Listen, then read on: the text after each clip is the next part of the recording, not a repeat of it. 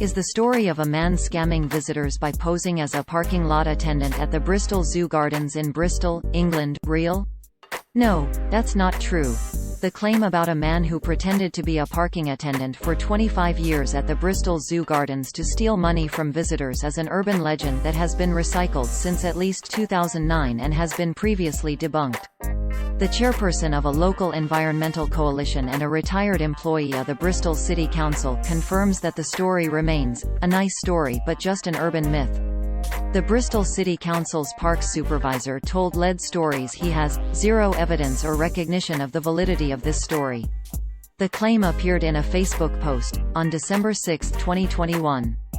Beside the photo of a man standing in a parking lot, wearing a bright yellow safety vest that reads, Bristol Zoo, the caption is, quote, "Outside Bristol Zoo there is a parking lot for 150 cars and 8 buses. For 25 years, its parking fees were managed by a very pleasant attendant. The fees were $1 for cars, $5 for buses. Then, one day, after 25 solid years of never missing a day of work, he just didn't show up. The zoo management called the city council and asked to send them another parking agent. The council did some research and replied that the parking lot was the zoo's own responsibility. The zoo advised the council that the attendant was a city employee. The city council responded that the lot attendant had never been on the city payroll." End quote. This is what the Facebook post looked like at the time of writing. The caption continues, quote, "Meanwhile, sitting in his villa somewhere on the coast of Spain, is a man who'd apparently had a ticket machine installed completely on his own, and then had simply begun to show up every day, to collect and keep the parking fees, estimated at about $360 per day, for 25 years. No one knows his name." End quote. Snopes.com debunked this same claim over a decade ago in 2009 in a post titled, "Phony Car Park Attendant Collects Parking Fees." It wrote that the assertions that a clever robber conned visitors of a zoo out of hundreds of thousands of pounds over 25 years by pretending to be a parking attendant, pitting the zoo and the city against one another, and ultimately retiring as a wealthy person were unsubstantiated. The article identified various publications where different variations of the scam appeared, one as early as 2007. One stated the man worked for 23 years instead of 25. The claim was similar. The man was not on the payroll of either the zoo or the city council.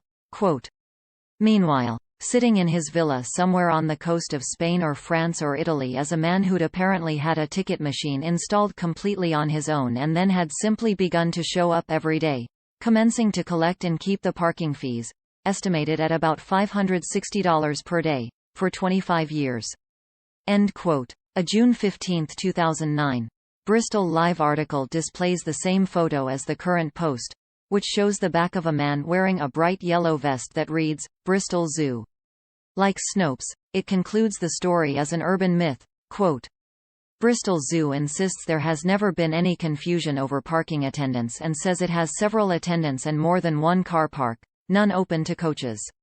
A version of the story did appear in the Evening Post 2 years ago, in a feature on urban myths published to coincide with April Fool's Day.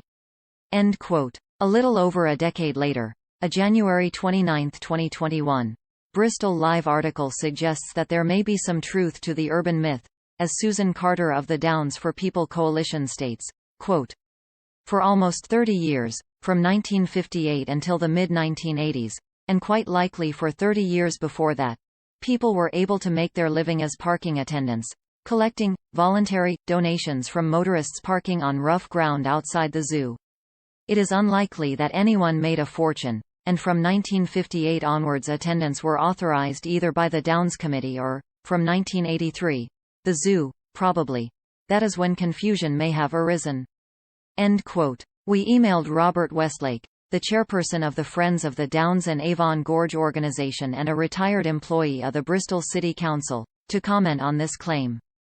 Friends of the Downs collaborates with the zoo and has also pushed back against zoo visitors parking on the Downs, a grassland.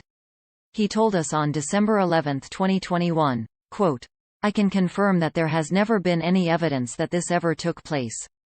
Based on that I confirm that it remains a nice story but just an urban myth." End quote. Ben Scoose, the Bristol City Council Parks Area Supervisor, agreed with Westlake in a December 13, 2021, email to Lead Stories, saying, quote, "I am aware of this and have heard it quoted over the years.